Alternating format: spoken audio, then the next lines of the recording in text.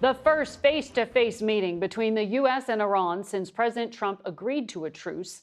Now, the 60-day window to reach an agreement on Iran's nuclear program has begun, and the challenge for these talks is daunting.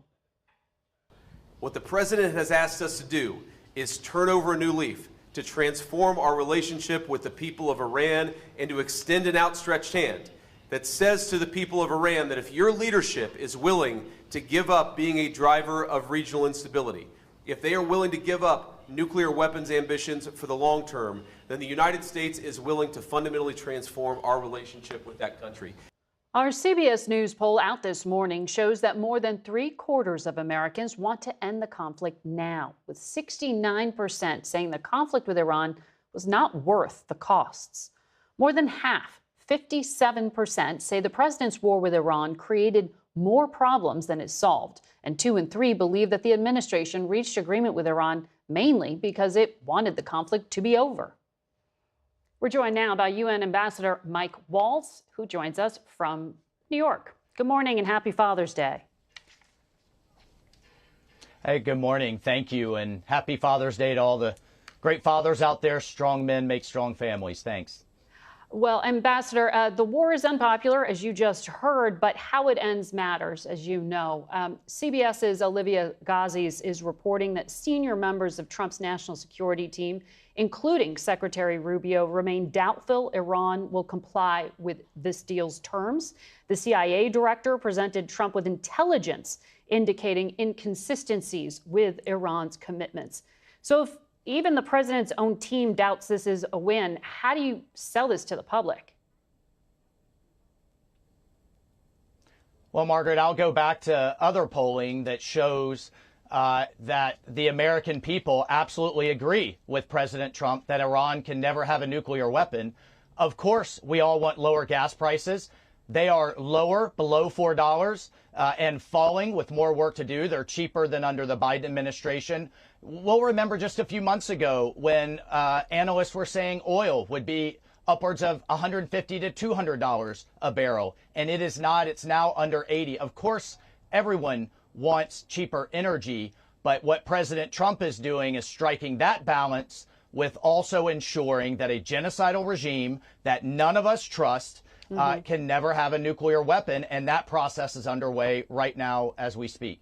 Well, the American people also don't want Iran to have a nuclear weapon. We see that in our polling, but they're unconvinced that this interim agreement achieves that. But to the point you were just making about the regime, the vice president is sitting right now behind closed doors, face to face with Speaker Ghalibaf. This is a man who oversaw the missile program in Iran when he was a commander in the IRGC's Air Force. He has bragged, there are recordings of him doing so, about his own role in cracking down on protesters, describing how proud he was about having personally beaten them with wooden sticks. So we went from President Trump telling protesters that help is on the way to now sitting across negotiating with one of the men who beat them. Aren't we offering the regime a lifeline? Well, number one, this is a step forward that no other administration has ever been able to do, and that's have direct talks. None of these senior members of this genocidal regime are good guys by any means. They certainly wouldn't pass an FBI background check. No one expects that. But at the end of the day, the administration, our administration, is taking a pragmatic approach. This is who the regime has put forward to deal with. And they remain, and we remain, focused on the goal of no nuclear weapons, period. And what we've seen in the past is policy drift in terms of what our aims are. The president is laser focused. The American people, and not just the American people, the entire world, with UN Security Council resolution after UN Security Council resolution for decades saying Iran can't have a nuke. And we need to give this process a chance. We need to give peace a chance. And as the vice president has said, perhaps we can finally turn the page to a new Middle East, like President Trump did with the Abraham Accords his first term. Yeah. Let's give this a chance his second term. But, Margaret, I want to be very clear. As Secretary Rubio said, we know the type of people that we're dealing with. We have condemned them for killing 40 to 50,000 of their own citizens in just a weekend. Yeah. They hold Americans hostage. They've never returned the remains of Bob Levinson, a former contractor from 20 years ago. We know who we're dealing with, Americans hostage eyes wide right open, now. But the difference with the Obama administration is going to be all about verification, no trust, and all verify whatever they put down on paper. And we know, and the other piece too is it's backed by credible military force that the previous administrations took off the table, removed their leverage. We are going in with a devastated Iranian economy, a devastated Iranian military, and perhaps with some carrots that will be verified and pay for performance, that we'll see a better deal this time. I know the families of hostages appreciate you mentioning them. Many were disappointed that their families were not included in any kind of goodwill gesture. There are 6 Americans being held. But back to the deal, the vice president indicated some of the... But Margaret, I'm sorry, I'm sorry, that's a very important point, and I want those families to know their loved ones are not forgotten, and this president's record in getting Americans home is unparalleled from any president in modern American history. So I just want them to hear that loud and clear. This president has his eye on the ball. Sometimes these talks are handled out of the public eye. Senator Tom Cotton said this will allow Iran to sell its oil. Based on pre-war production levels, it'll get between $150 and $200 million every single day, up to $6 billion per month. What do you think these guys are going to spend that money on? Well, first, that money is not going into some kind of slush fund.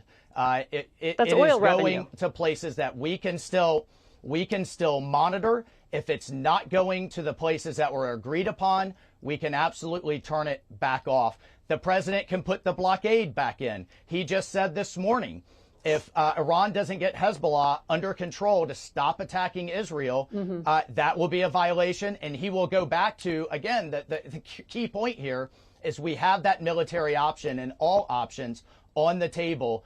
Biden, Obama, none of the predecessors had that in a very credible way like President Trump does. But the president himself says he wants to avert economic disaster and that we're weeks away from a fuel shortage. So he seems to be saying that he wouldn't necessarily want to return to conflict if that's the cost of it.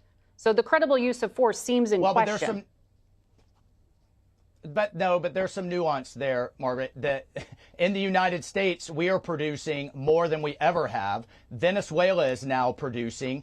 Countries like Guyana in South America have whole new finds that we're now helping. So we're actually getting more oil and gas on the market. But some of our allies absolutely have been affected, particularly in Asia. And the president has that in mind as he's negotiating. But he also has seen in the UN, for example, the entire world condemning this regime, a UN record 143 countries for its illegal mining of the straits and for its attempt to hold the world economy hostage. So they're diplomatically isolated, they're economically devastated, they're militarily devastated. And despite what you read in the headlines or some prognosticating, we are going into these negotiations from a position of strength. Well, the vice president described rapprochement this morning, and he indicated that some of the details of what was agreed to are not written down. He referred to a gentleman's agreement. That phrase was also briefed to reporters by an administration official. And here is what the president said. If they don't honor the agreement, or some things aren't even mentioned in the agreement, it's a memorandum of understanding, but we have an understanding of certain things without writing it. Are there classified annexes or portions of this that have not been made public, and will they be shared with Congress? Margaret, not to my knowledge, and I'll just go back to your point on what's on paper and what's being discussed.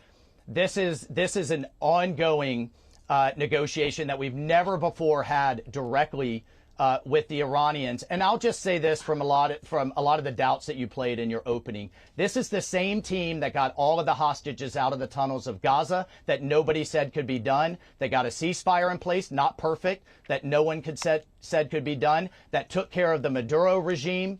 He's in jail right down the street here in New York, with no casualties, and Venezuela now on a better track. So I wouldn't doubt this president or this team. There's going to be some bumps in the road for sure. No administration has been able to get this far from a position of strength. Yeah. And so, I have full confidence that we'll get to a deal. And as the vice president said, perhaps give this a chance and we can have a transformed Middle East. No one would have thought even a year ago that you'd have Israel and the UAE working together militarily to defend each other as a result of the next evolution of the Abraham Accords. Well, they were kind of forced to, but also we're in day one of the technical talks. Yeah. And Margaret, by the way, there are technical experts from the Department of Energy that are sitting down right now to get to the bottom of the downblending, the moving of the uranium, the highly enriched uranium, and how that will technically be done. So we have to give that process a chance as well. Well, that's good to hear that the U.S. has its own nuclear experts on site. The White House hadn't said that. Is there anything else you can tell us? Who's going to keep talking for 60 days? Well, Vance says he has to come home. These are our Department of Energy experts, our PhDs in physics, a lot smarter than that I am, that are getting into those nitty-gritty details. But the big picture is the president's focused on Iran not having a nuclear program, and right now it's destroyed.